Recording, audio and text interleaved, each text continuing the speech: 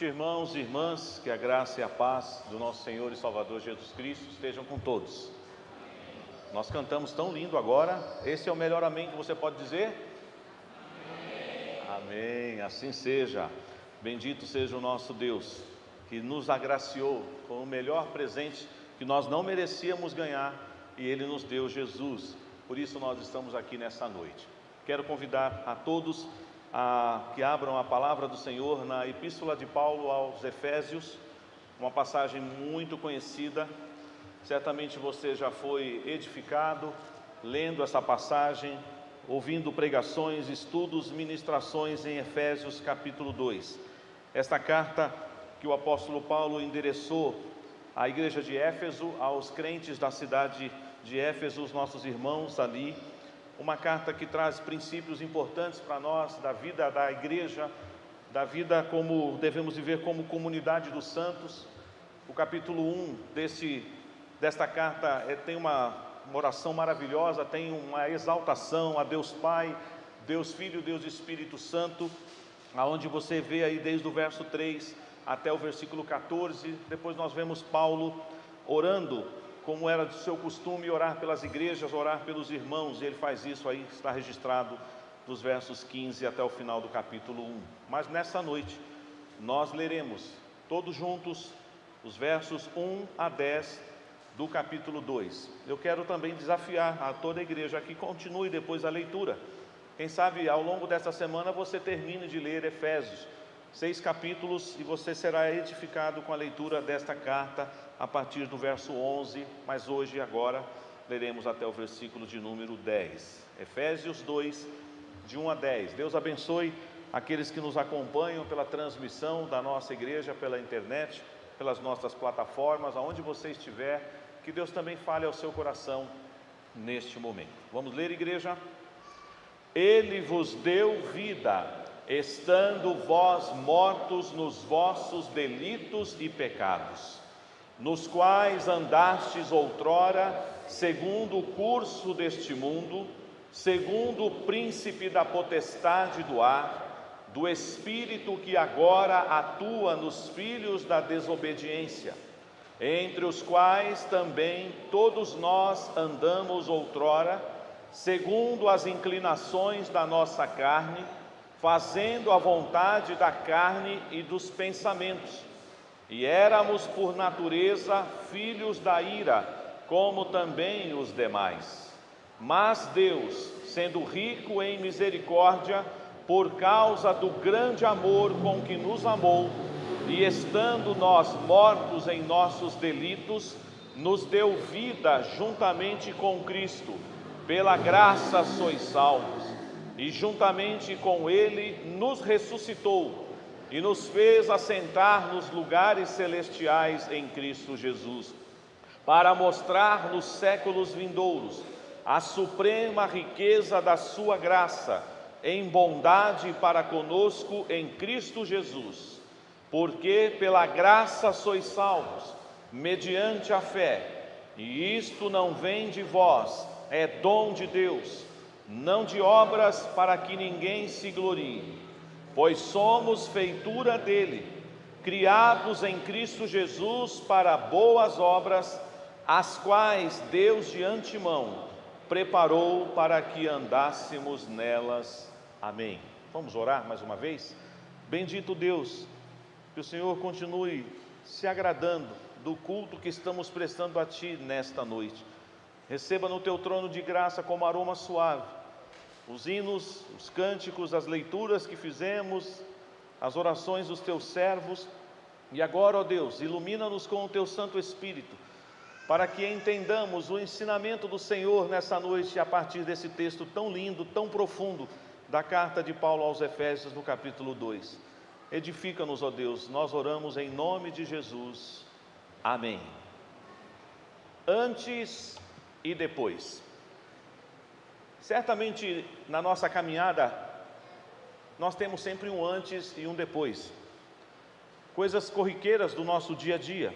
Antes eu era criança, depois me tornei adulto.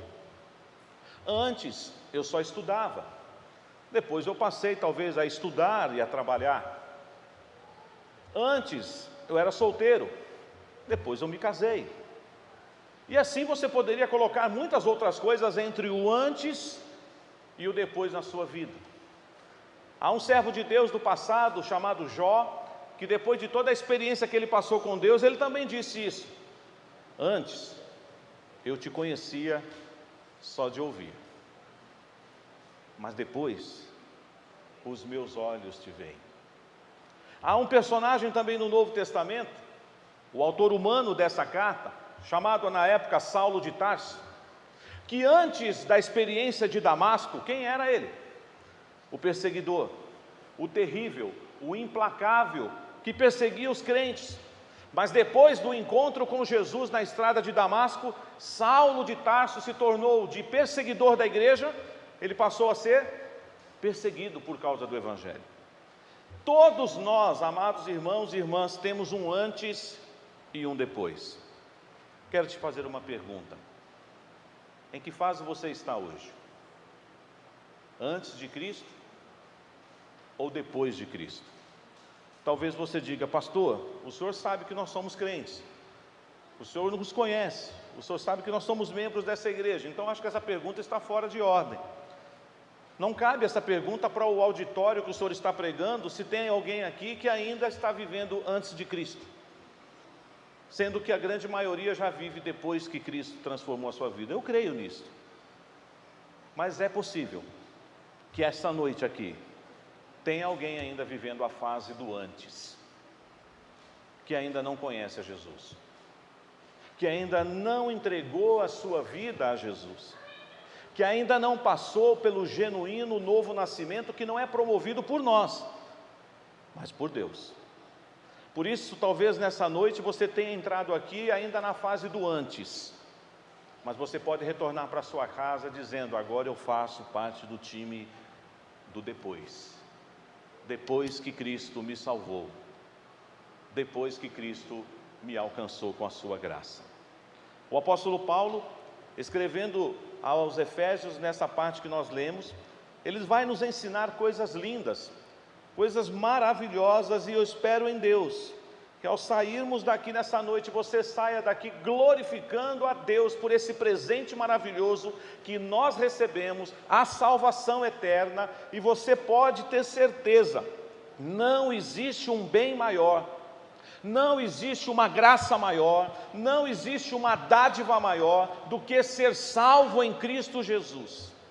E esse texto começa já colocando as coisas no seu devido lugar, para que ninguém pense que é por esforço próprio, que é por a sua vontade, o seu desejo, mas é a ação exclusiva de Deus. A iniciativa da nossa salvação é dele.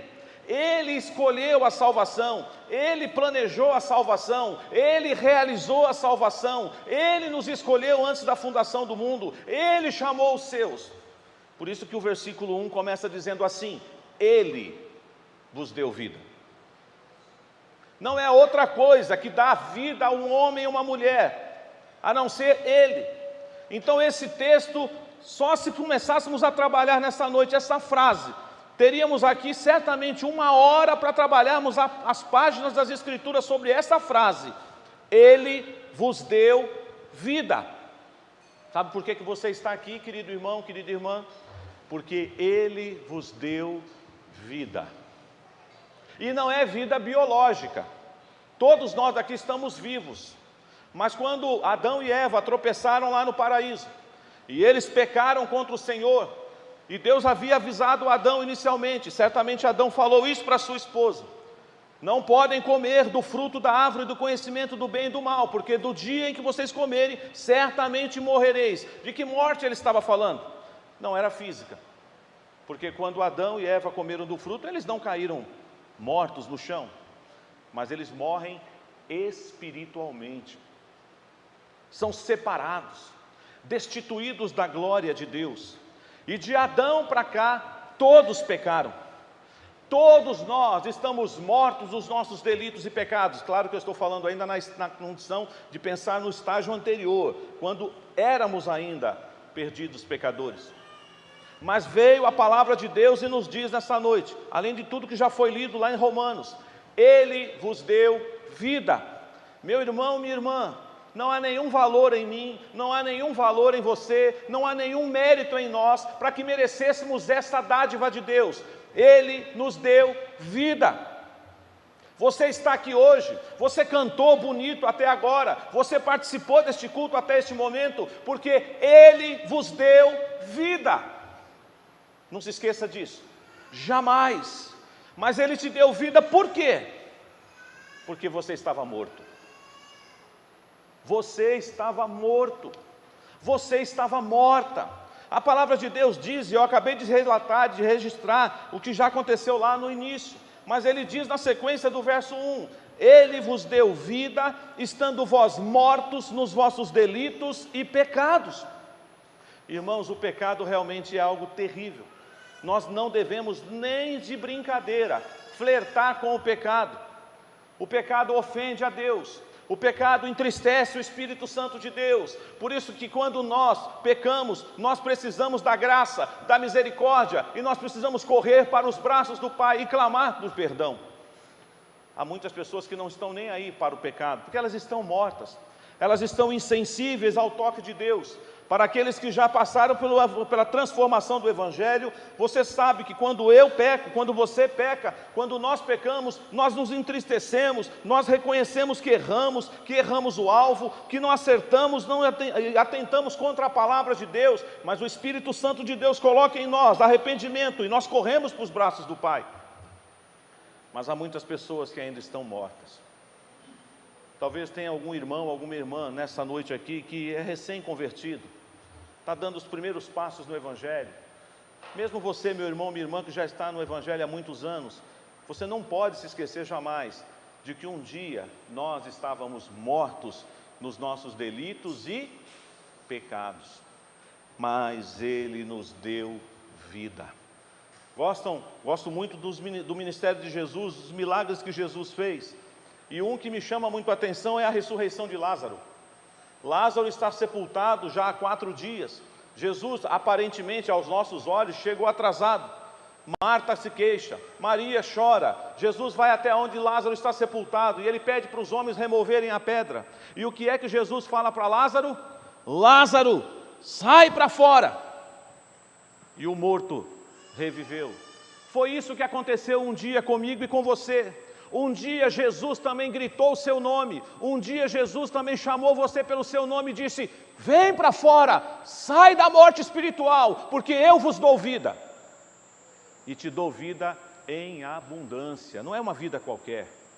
Irmãos, você pode não ter tudo o que precisa, você pode não ter nessa vida tudo o que almeja, mas você já tem o maior tesouro. É o velho cântico que na época nós chamávamos de corinho, que diz assim: eu tenho um tesouro, eu tenho sim, eu tenho um tesouro dentro de mim. Este meu tesouro tem muito valor, este meu tesouro é Jesus Cristo, meu Salvador. Não há tesouro maior do que este. Nós estávamos mortos nos nossos delitos e pecados. E na condição de mortos, na condição de separados da graça e do Evangelho, olha só como nós andávamos. Agora ele vai apresentar, ele está falando aos irmãos daquela região, aos efésios, da maneira como eles viviam, antes de entregarem a vida a Jesus, antes de receberem a ressurreição da morte espiritual, antes de nascerem da água e do Espírito, antes de passarem da velha vida para a nova vida, eles andavam segundo o curso deste mundo. Olha só o verso 2, é forte, irmãos, e nós estávamos nesse mesmo grupo, infelizmente, nos quais andastes outrora, segundo o curso deste mundo, segundo o príncipe da potestade do ar, do espírito que agora atua nos filhos da desobediência, entre os quais também todos nós andamos outrora, segundo as inclinações da nossa carne, fazendo a vontade da carne e dos pensamentos, e éramos por natureza filhos da ira, como também os demais. A condição de um homem, de uma mulher que está morto, que está morta em seus delitos e pecados é esta: ele anda segundo o curso deste mundo. Aqui nós vemos três inimigos do homem sendo apresentados: o mundo, o diabo e a carne. Mesmo depois de entregue a vida a Jesus, esses três inimigos continuam atacando a vida do crente. O mundo continua te seduzindo, o mundo continua te convidando para os seus banquetes, o mundo continua dizendo: não tem problema, você é crente, você vai na igreja, mas curta a vida lá fora, tem muita coisa boa lá fora para você. E tem muito crente acreditando nisso. O diabo, como o seu leão furioso ao seu derredor, ele não perde um minuto sequer, não se iluda. Deus falou lá na primeira carta de Pedro, capítulo 5, o diabo, vosso adversário, anda como um leão furioso ao vosso derredor. Quantas vezes por dia? 24 horas por dia. Ele só está esperando você baixar a guarda para te devorar. Mas é claro que se você tem Jesus, você fala: espera aí, pastor, mas ao meu redor, antes do inimigo, tem outra. Quem é que está ao seu redor? É o Senhor. O anjo do Senhor acampa-se ao redor daqueles que o temem e o livra. Você precisa estar em comunhão. Quando Tiago, escrevendo na sua carta: sujeitai-vos, portanto, a Deus, resisti ao diabo, ele fugirá de vós, é o quê? Viva na dependência do Senhor, viva na comunhão, que você vencerá as astutas ciladas do diabo. Mas ele fala também da carne. Antes nós andávamos segundo o curso deste mundo, segundo os príncipes da potestade do ar, nós andávamos desobedientes, desgarrados, seguindo também as inclinações da nossa carne, do velho homem. Não há nada de bom em nós, irmãos. Não há nada de bom em nós. Nós só estamos nessa noite aqui, e eu volto a repetir, porque Ele nos deu vida. E não é uma vida qualquer, é a vida abundante. É a vida maravilhosa que Jesus promete aos seus, para aqueles que são transportados do império das trevas para o reino do Filho do seu amor. Eu sei que nós vamos voltar aqui para prosseguir nessa exposição de Efésios 2, mas eu quero abrir com você um pouquinho o cenário terrível. E esses dois textos que nós leremos agora, humanamente falando, eles foram escritos há muitos anos atrás, há muitos séculos atrás, mas olha a atualidade desses dois textos, para você ter uma ideia do mundo que nós estamos vivendo. E muitos de nós fomos transportados deste mundo vil, deste mundo terrível, para a graça. Louvado seja Deus. Então não brinque com fogo, porque o fogo queima. Não brinque com coisa séria. Vamos abrir primeiro em Romanos capítulo 1.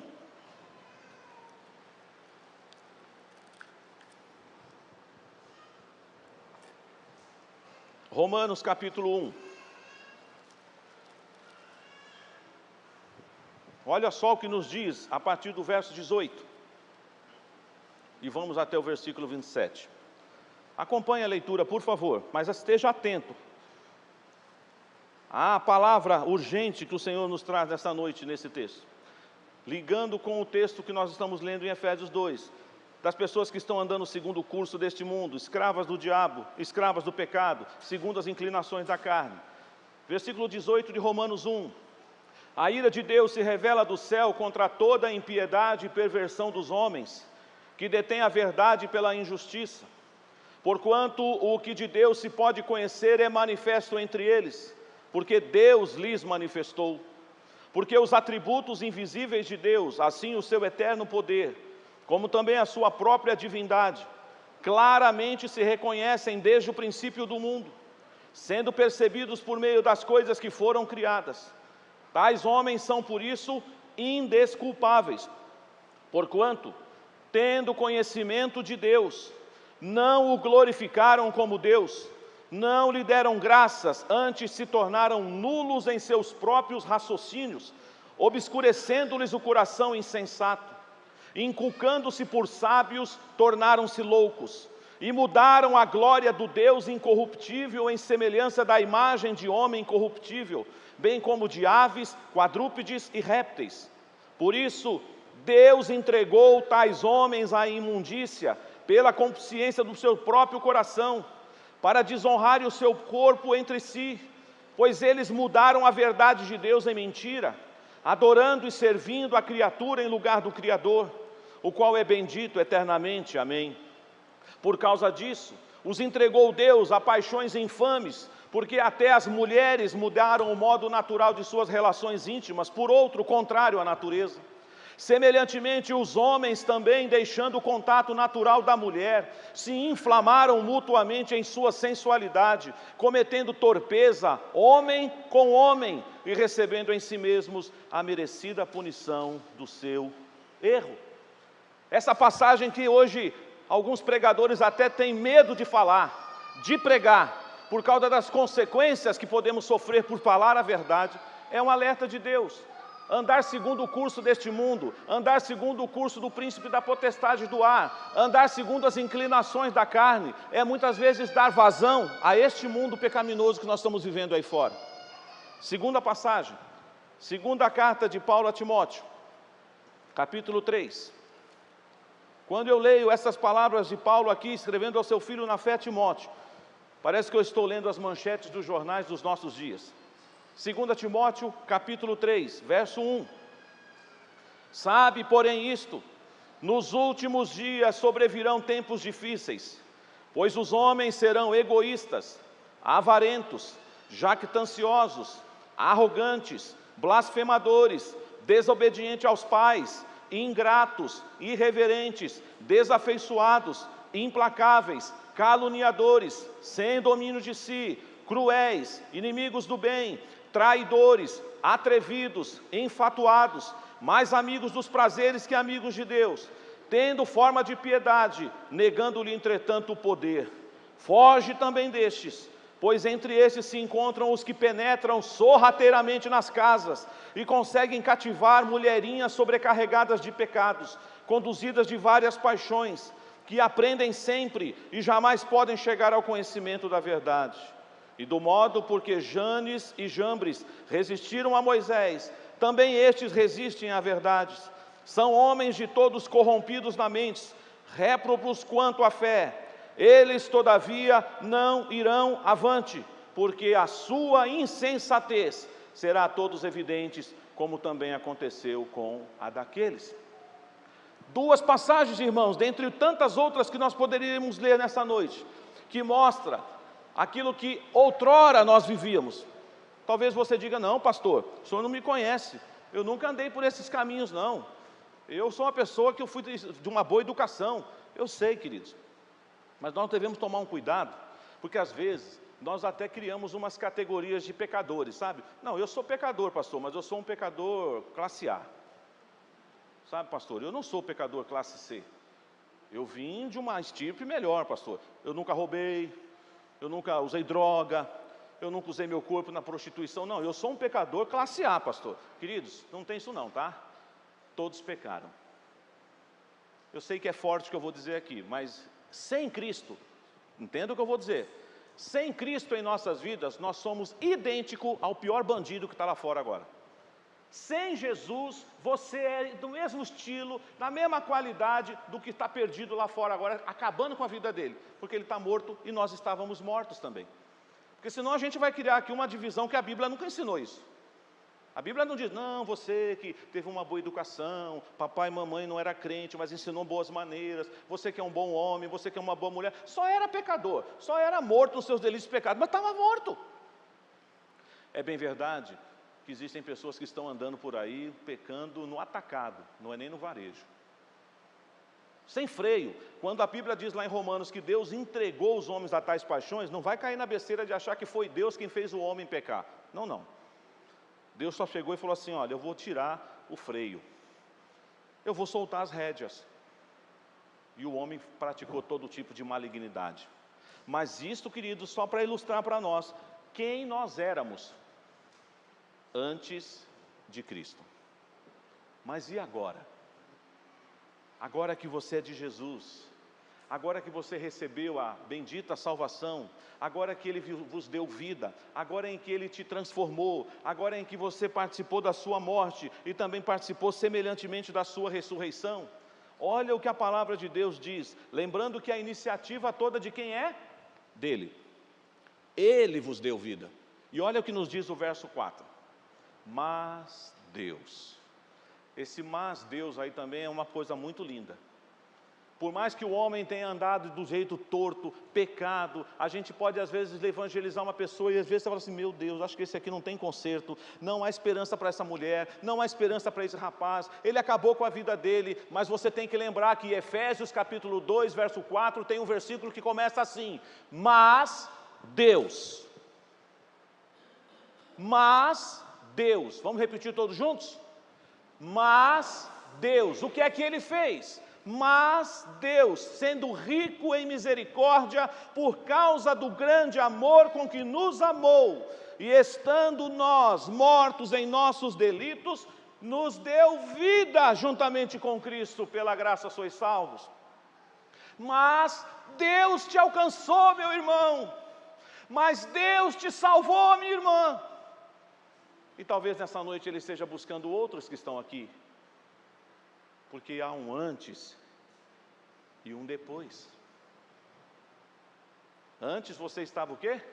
Morto, separado, excluído, seguindo o curso deste mundo. Está todo mundo indo para o abismo e você estava indo junto, usando o seu corpo não para glorificar a Deus, mas para se autossatisfazer nos seus prazeres, destruindo a sua vida, destruindo a sua família. Mas Deus te tirou daquele lugar e te trouxe para o caminho da luz, te trouxe para o Evangelho, te trouxe para Jesus. Por isso que você está aqui, por isso que nós estamos aqui. Mas Deus, Ele é rico, presta atenção, gente. Vamos ruminar a palavra de Deus, mastigue devagar, a palavra de Deus é alimento para a sua alma, preste atenção nas palavras do Senhor. Mas Deus, Ele é quem? Ele é rico, Ele é rico em misericórdia, louvado seja Deus, Ele é rico em graça, por isso que nós estamos aqui. E Ele tem um amor que nós não temos como medir a altura, a largura, o comprimento, porque Ele nos amou com um grande amor. Você já parou para pensar quantas bênçãos nós temos? Ele é rico, rico em misericórdia, Ele é rico em graça, Ele é rico no amor. Por isso que você está aqui. Ele vos deu vida, e vida em abundância. Ah, pastor, mas o senhor não está vivendo a minha vida, eu estou enfrentando um monte de luta. Eu imagino sim, todos nós estamos enfrentando lutas, mas isso não anula a palavra de Deus. Ele é rico em misericórdia, Ele é rico em graça, Ele é rico em amor. Mesmo que você esteja passando pelo vale da sombra da morte, Ele vai passar com você. Você não está sozinho não, meu irmão. Você não está sozinha, minha irmã. Às vezes você não vai receber exatamente o que você queria, como nós já aprendemos semana passada. Mas não mude aquilo que a palavra de Deus afirma com todas as letras. Essas letras deveriam ser escritas com caneta de ouro, para ficar bem claro para nós aqui. Ele é rico em misericórdia, Ele é rico em graça, Ele é rico em amor. E sabe o que vai acontecer, queridos? Isso não vai ficar restrito apenas à nossa geração. Isso vai se estender para gerações vindouras. Você já parou para pensar? Vamos fazer aqui uma rápida retrospectiva. Você já agradeceu a Deus pelos que vieram antes de você? Tudo bem, você vai falar assim, vou começar a agradecer pelo meu pai, pela minha mãe, senão eu não teria vindo ao mundo. Sim, mas eu quero agora que você amplie um pouco a sua mente. Os nossos irmãos do passado. Tem irmãos que você nem conheceu, mas que passaram por aqui. Vamos pensar só nessa igreja. Os nossos queridos irmãos que chegaram aí nos últimos 5 anos. Talvez você não conheça. Talvez você já eu já ouvi falar esse nome. De vez em quando alguém fala esse nome. Como temos falado muito agora, pedindo oração pela nossa querida irmã Noêmia, eu não a conheço ainda, quero conhecer. Em janeiro de 2022, quando eu assumi o pastorado dessa igreja, ela me mandou um recadinho. Ela disse, seja bem-vindo, reverendo Gilberto. Que Deus te abençoe no pastorado da igreja do Jardim Verônia. Depois um próprio Ismael me contou a história, eu falei, meu Deus, ouvi uma saudação dessa. Ela está passando por dificuldade, mas assim como esta, tem outras pessoas que vieram antes de nós e que foram instrumentos de Deus para abençoar você, mas pode ter certeza de uma coisa, haverá uma nova geração depois da nossa, e que vai olhar para a nossa história e vai dizer assim, eu conheci um homem, eu conheci uma mulher, eu conheci um jovem, eu conheci uma moça que fez a diferença na minha vida. Ele foi um instrumento de Deus na minha vida. E se eu estou hoje na igreja, se eu estou caminhando no Evangelho, é porque eu olhei para a vida daquele homem, eu olhei para a vida daquela mulher, porque eu via Cristo nele. As vindouras gerações vão glorificar a Deus. Isso não vai ficar restrito a este mundo, mas vai atingir a eternidade. Porque a salvação que nós recebemos do Senhor não é só para esse tempo presente, irmãos. Nós já estamos desfrutando da vida eterna. Nós não estamos desfrutando da forma plena, mas eu e você já estamos desfrutando da vida eterna. Não te falaram, não?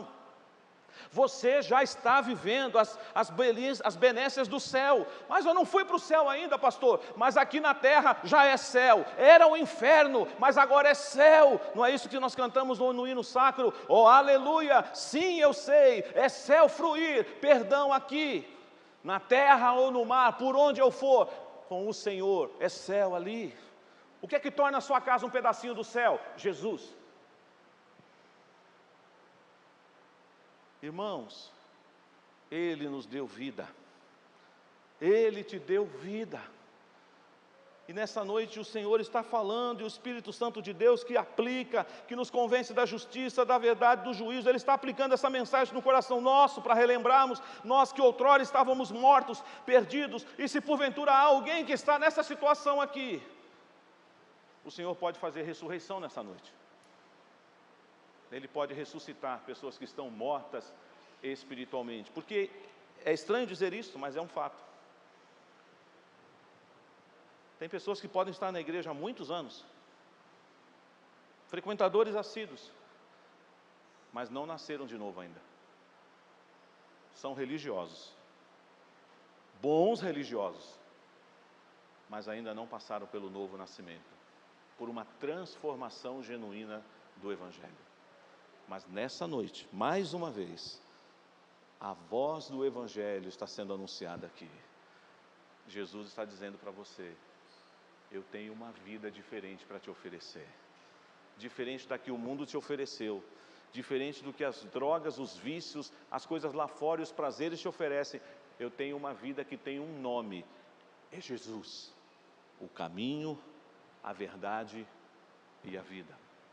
Mas olha o que o texto nos diz, quando chegamos num versículo que talvez, se não é o mais conhecido desse trecho, um dos mais. Vamos ler todos juntos o versículo 8? A uma só voz, vamos ler, igreja. Porque pela graça sois salvos, mediante a fé, e isto não vem de vós, é dom de Deus. Vamos emendar o 9. Não de obras, para que ninguém se glorie. Por que nós estamos aqui? Vamos agora construir aqui a ideia. Logo no versículo 1 ele diz, nós estamos aqui porque Ele nos deu vida. Ele mudou a nossa história. Ele foi rico em misericórdia, em graça e amor e nos alcançou. E Ele agora diz que isso tudo se resume nessa frase: você foi salvo pela graça. Você foi salvo pela graça. Eu já trabalhei esse tema em uma outra ocasião, mas vou repetir. 2 palavrinhas preciosas que você precisa gravar essa frase. Além do que nós aprendemos desde a classe de catecúmenos, desde lá das primeiras classes da escola dominical que você ouviu a professora te ensinar. O que é graça? Graça é favor e merecido. Aprenderam assim, certo? E não está errado. É favor e merecido mesmo.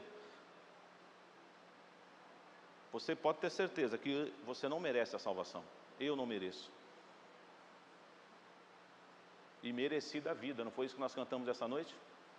De graça recebi, por sua cruz, da morte me livrou. Você não merece, eu não mereço. Como já aprendemos no início deste ano, eu não sou digno, e nem você. Ele é digno. Em Cristo Jesus nós nos tornamos mais que vencedores, mas sem Cristo, coitado de nós. Miseráveis seremos, o que nos aguarda é a ira vindoura. Mas Ele está dizendo aqui, pela graça sois salvos. Essa salvação e essa graça que se manifesta na pessoa do Pai enviando o Filho, na pessoa do Filho derramando o seu sangue na cruz, na pessoa do Espírito Santo te levando ao Evangelho e ensinando todas as palavras que Jesus ensinou. Essa é a graça salvadora. Quando você vai lá, por exemplo, no Salmo, se eu não me engano, o Salmo 63, e o salmista diz assim, porque a tua graça é melhor do que a vida. Opa! A graça está acima da vida. Salmo 143, eu amo muito esse versículo. faze-me ouvir pela manhã da tua graça. Barnabé, quando chegou em Antioquia, os apóstolos mandaram Barnabé ver o trabalho de Antioquia, porque chegou em Jerusalém a notícia que tinha um grupo de irmãos que estava, uma igreja nascendo em Antioquia.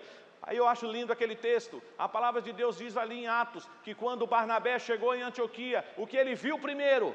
A graça. Vendo a graça, ele viu a graça entre os irmãos. Você consegue ver a graça de Jesus na vida do irmão que está do seu lado agora? A graça. Não é que ele é engraçado, não. Não é que ele é cheio de contar historinha, não. Não é essa graça que eu estou falando, não. Não é cheio de graça, mas é cheio da graça. Da graça superabundante. Você foi salvo por esta graça, mas não pense que foi mérito seu. Deus usou um instrumento, mediante o quê? A fé. E o Paulo, escrevendo aos Romanos, também diz que a fé ela é produzida em nós, ou ela é colocada em nós através do quê, irmãos? Da pregação. Nesta noite, Deus pode estar plantando a fé no coração de muitos aqui, porque a pregação do Evangelho está sendo colocada para você. E lá, o escritor aos Hebreus diz que sem fé é impossível agradar a Deus. Você jamais conseguiria alcançar a graça do Senhor se não fosse mediante a fé que Ele mesmo colocou em você, porque é dom de Deus. E você não está aqui porque você é um bom obreiro, porque você pratica boas obras, porque você ajuda o pobre e deve ajudar, porque você estende a mão para o necessitado e deve estender, porque você é um bom filho e deve ser, porque você é um bom pai e deve ser, porque você é uma boa mãe e deve ser, porque você é um bom patrão e deve ser, porque você é um bom empregado e deve ser. Você não está recebendo a salvação porque você é bom em alguma coisa, é graça, superabundante graça. Não se glorie, não se glorie. Nós somos iludidos, como hoje pela manhã nós aprendemos na exposição da aula que o nosso irmão Anderson deu. Às vezes algumas motivações do nosso coração elas ficam escondidas. Às vezes você até fala, maravilhoso Deus, o Senhor me salvou. Mas lá dentro tem um cara gritando, tem um cara pulando, dizendo assim, é porque eu sou cara. É porque eu sou bom, Ele viu alguma coisa de bom em mim, por isso que Ele foi lá e me salvou, escolheu eu e não aquele outro que está lá na sarjeta. Não faça assim. Quando você vê uma pessoa caída no chão, e você diga, meu Deus, poderia ser eu, eu não sou melhor, eu não mereço ter sido chamado, ter sido separado do lamaçal do pecado. É graça, antes e depois. Antes eu estava morto espiritualmente, antes eu andava segundo o curso deste mundo, antes eu estava debaixo das garras do diabo, antes eu estava inclinado a satisfazer a minha carne, mas Deus, sendo rico em misericórdia e graça, com um grande amor com que Ele me amou, Ele me deu vida, e eu não sou mais aquela pessoa.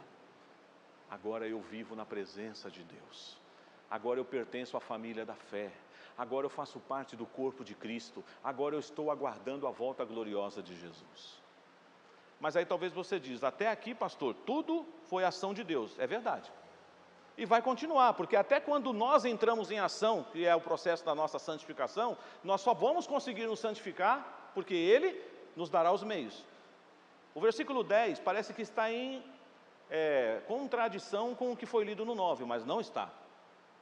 Uma vez que você tem certeza que foi Ele que te deu vida, que foi Ele que te livrou daquele caminho da morte, que foi Ele que transformou a sua história, que foi Ele que abundantemente derramou a misericórdia dEle, a graça dEle, o amor dEle, que foi pela graça dEle que você foi salvo, não por obras para você se gloriar. Ele agora vai e diz assim no versículo 10 para você, pois somos feitura dEle. Essa palavra feitura no original é poema. Você é um poema de Deus. Quem gosta aqui de poesia, talvez vai falar assim, nossa, eu sou um poema de Deus. E vou te dizer mais, único, igual o Vitor, não tem mais ninguém na face da terra, mesmo que ele tivesse um irmão gêmeos. Vitor, você é um poema de Deus. Jean, você é um poema de Deus. Lucas, você é um poema de Deus. Cada um de vocês aqui são um poema de Deus. Deus escreveu de uma forma linda a sua história. Você estava vivendo para a glória dele. E ele preparou algumas coisas para você antes da fundação do mundo. Não foi nem antes de você nascer, nem antes do seu pai e sua mãe nascerem, nem antes dos seus avós paternos e maternos nascerem. Foi antes da fundação do mundo. Ele preparou um caminho para você andar. E aí sim você pode dizer que vai praticar boas obras, não porque você vai buscar salvação por elas, mas porque você já é salvo. Eu não pratico boas obras para alcançar a salvação, eu pratico boas obras porque eu já fui alcançado pela salvação. E é isso que ele diz aqui: somos feitura deles, criados em Cristo Jesus para boas obras, as quais Deus de antemão preparou para que andássemos nela. É por isso que Tiago, quando vai falar da fé sem obras é morta, lembram daquele texto? Ele diz: mostra a sua fé sem as obras, e eu com as minhas obras mostrarei a minha fé.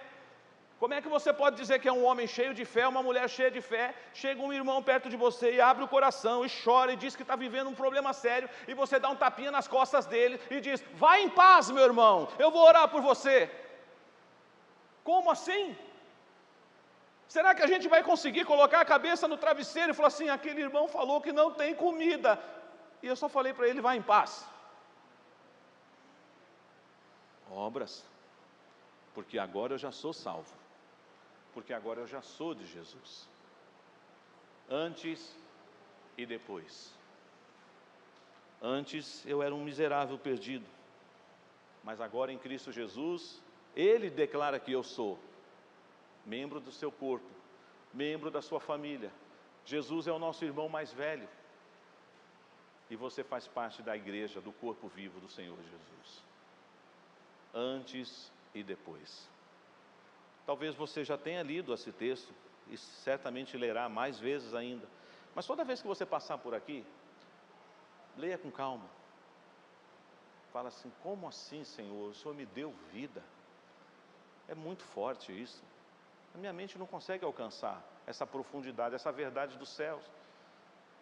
Quando Ele também apresenta para você uma ressonância da sua alma, não é nem radiografia, não é nem tomografia, é a ressonância ou qualquer outro exame que vasculhe você, porque a palavra de Deus, ela é penetrante, ela entra onde ninguém mais entra, e ela vai descobrir o que nós éramos. Por isso que a palavra de Deus nessa noite está falando algo muito sério para nós. Não combina com quem se declara ser nova criatura continuar tendo prazer nas coisas do mundo. Não combina. Ah, pastor, mas aí eu vou ser um crente esquisito, já me chamam de esquisito lá na empresa, na faculdade. Bem-vindo ao reino de Deus. Porque servir a Jesus é ser esquisito mesmo. Você não precisa ser antipático, você pode ser simpático, você pode ter amigos, você pode usar seu ciclo de amigos para fazer a diferença, mas você não pode se assentar na roda dos escarnecedores. Você não pode andar no caminho dos pecadores. Você não pode dar ouvido aos conselhos dos ímpios. Senão, qual é a diferença? Qual é a diferença entre nós e as pessoas que estão lá fora curtindo a vida agora? Ah, é que uns estão dentro da igreja, não vendo a hora do culto terminar. E os outros já estão curtindo a vida mais cedo. Eu sei que vocês não estão querendo ir embora para curtir a vida lá fora. Mas pasmem, com tristeza no coração eu digo isso. Eu já vi gente, e falo isso com tristeza, tanto é que eu tive que dizer uma vez para um jovem: eu sou pastor, eu não sou detetive. Porque alguém me falou assim: pastor, pega o seu carro agora, e eu vou te dar um endereço, e o senhor vai ver onde as suas ovelhas estão. Eu chorei. Mas eu estava indo lá. Eu estava indo naquele endereço, mas eu falei, parei o carro e falei: eu não vou fazer isso. Eu sou pastor, eu não sou detetive. Porque tem gente que é capaz de sair de um culto e ir para uma balada. É capaz de sair daqui e fazer alguma coisa que não vai agradar a Deus. Porque ainda está morto. Porque ainda está morta. Mas se você é novo em Cristo Jesus, um homem de Deus, uma mulher de Deus, a sua vida é diferente. A sua agenda é diferente. O seu caminho é diferente. O seu prazer é diferente. Porque você vive para a glória do Senhor. Vamos ler, para finalizar, o que Paulo fala aos Gálatas. E essa declaração tem que ser a sua declaração de fé. Olha só, nós vamos ler o finalzinho do versículo 19 de Gálatas 2 e vamos ler o versículo 20. Vamos começar na frase: estou crucificado. Esta deve ser o seu lema de vida, você que agora foi alcançado por Jesus. Vamos ler aqui, Gálatas capítulo 2, a última frase do versículo 19 e todo o versículo 20. Vamos lá? Estou crucificado com Cristo, logo já não sou eu quem vive, mas Cristo vive em mim. E esse viver que agora tenho na carne, vivo pela fé no Filho de Deus, que me amou e a si mesmo se entregou por mim. Só vocês agora. Vamos lá? Estou, bonito, hein?